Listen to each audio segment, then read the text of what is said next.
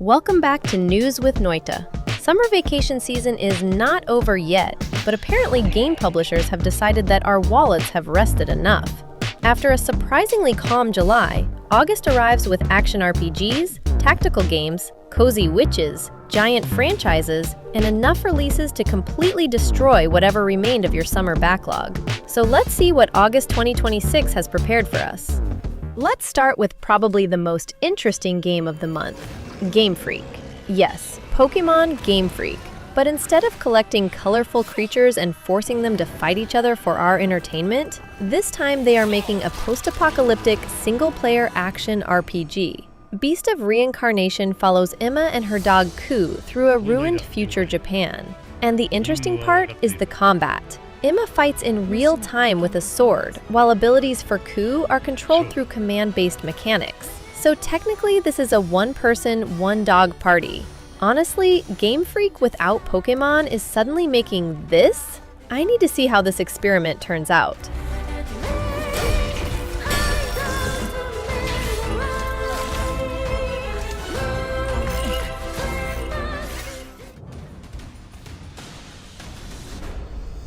Next is Akatori.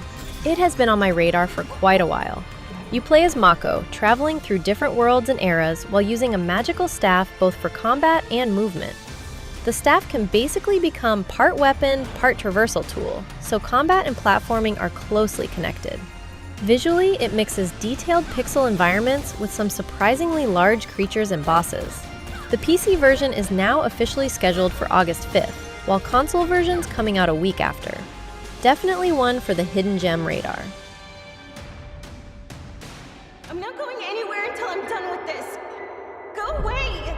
Duskfade feels like somebody remembered that colorful 3D action platformers were allowed to exist. You play as Zirian, trying to save his sister while restoring the fabric of time. The world is built around giant clockwork environments, platforming, and fast combat. What stands out to me most is how lively Duskfade looks. The environments are colorful, constantly moving, and built around this giant clockwork world, while the combat seems fast without completely taking over the platforming. It feels like the kind of game that wants movement, exploration, and fighting to work together instead of treating them as separate parts. And in a month packed with much heavier releases, Duskfade could be a very nice change of pace.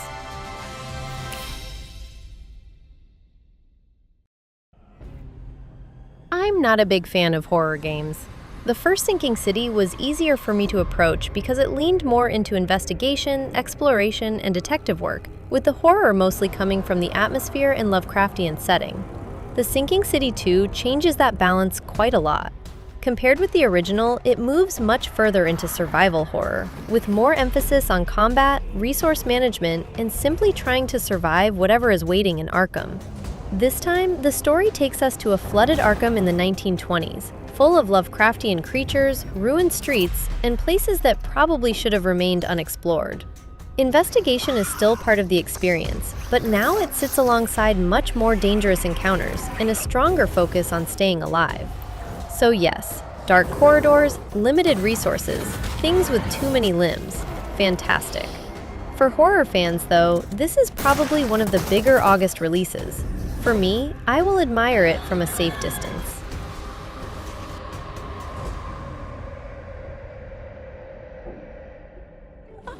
After all those monsters, August kindly gives us a bakery. The Witch's Bakery is a cozy RPG where you play as a witch who opens a bakery in modern Paris. But instead of simply selling croissants and becoming financially destroyed by rent, she can enter people's hearts and heal their emotional problems using magic. So during the day, you manage the bakery, meet characters, and explore Paris. And then you enter magical worlds connected to their emotions. It is colorful, charming, and considerably less interested in murdering me than the previous game. Sometimes that is enough. Now this is much closer to my natural habitat. Brigandine Abyss is a new tactical strategy RPG where 6 factions fight for control of the continent of Meltatia. You manage armies, develop bases, command troops, and expand your territory through turn-based battles. Basically, strategy layered on top of more strategy.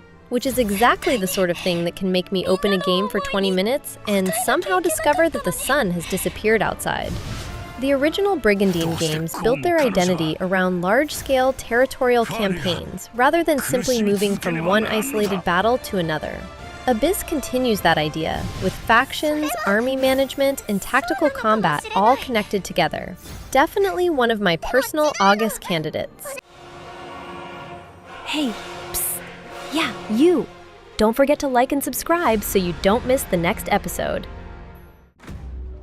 A Plague Tale is also returning, but not with Amicia.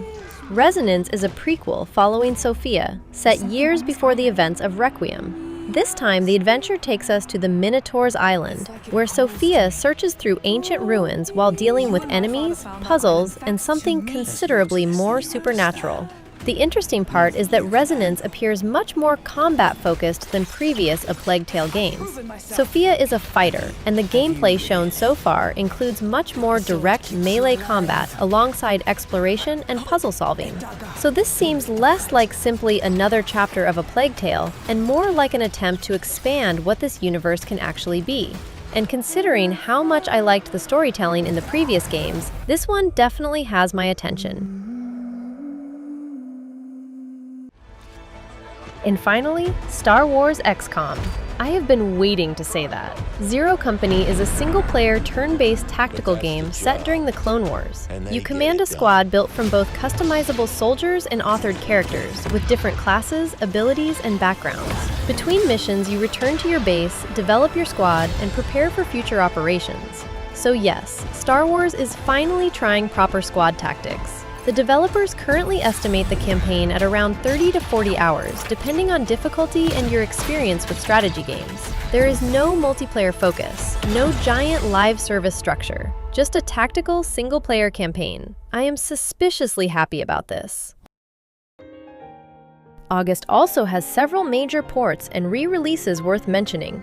The Complete Edition brings Lies of P and the Overture expansion to Switch 2. And because apparently I still haven't suffered enough in story mode, now I can suffer while traveling too. The digital version launches August 6th, while the physical Switch 2 version arrives later on October 2nd. Oblivion Remastered is also going portable. Bethesda's remaster arrives on Switch 2 on August 11th, which means we can finally close an Oblivion gate while sitting on a train. Technology truly was worth it. Steins Gate Reboot launches in the West on August 20th, but only on Xbox and PC initially. PlayStation 5, Switch, and Switch 2 versions follow on October 29th. This is a rebuilt version of the original Steins Gate with completely redrawn visuals and additional story material. So, if you somehow managed to understand all the timelines the first time, congratulations! You can now become confused again in higher resolution. And finally, Final Fantasy XIV is coming to Nintendo Switch 2 sometime in August. Square Enix still hasn't announced the exact date.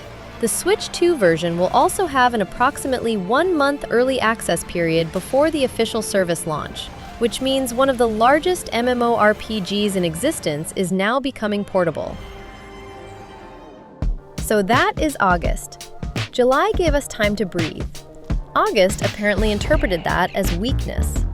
For me, Beast of Reincarnation, Brigandine Abyss, and Star Wars Zero Company are probably the 3 most interesting games of the month. And I am particularly curious about Beast of Reincarnation, because seeing Game Freak make a completely new single-player action RPG outside Pokémon might be one of the strangest and most interesting experiments of 2026. What are you playing in August? And more importantly, which game is going to destroy your backlog first? And remember, waiting for a new game can be painful, especially when release dates start moving around here like suspicious NPCs. So if the game you're waiting for gets delayed again, don't just stare at the calendar and become furniture. Check the previous episodes too. Maybe there's already something worth your attention, something to keep your hands busy while your most wanted game is still cooking in the developer oven. Waiting feels lighter when your console is not starving. See you next month, unless August financially destroys all of us before then.